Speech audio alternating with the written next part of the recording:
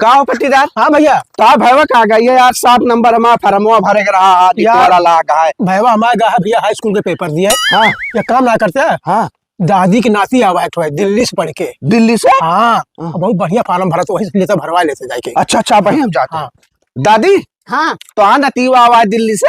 हाँ आवा है। अरे कह दे तू हमारा ये फरमुआ भर दिए, हम बहुत परेशान है, सवेरे से नाचत ही। हे नतीवा नतीवा आओ। काम नहीं हे भैया नहीं फरमा भर देते भैया। ले भैया भर दिया 7 नंबर का। हाँ भैया ये है दादी। हाँ तू अपने नाती कहाँ दिल्ली में पढ़ा दू, चाहे जे कर्जे फाटा लेके पढ़ाऊ, बहुत बढ़िया की हूँ। नहीं भैया ये सब पढ़ाई नहीं, मुसीबत तो बहुत रही लेकिन पढ़ाई नहीं। हाँ कौने कॉलेज में पढ़ा भैया? गलगोटिया यूनिवर्सिटी। कौन है भैया? गलगोटिया यूनिवर्सिटी। गलगोटिया।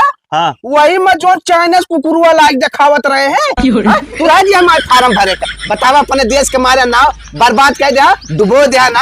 हम दिखावत रहे कि हम कुकुर हम बनाए, ओका चाइनीज लाइक दिखाए। ऐसे अच्छा हमारे किया हम उन्हें फार्म हुआ भरा ले बड़े आवा दिल्ली पढ़ के आवा, कहा इनका पढ़ाओ।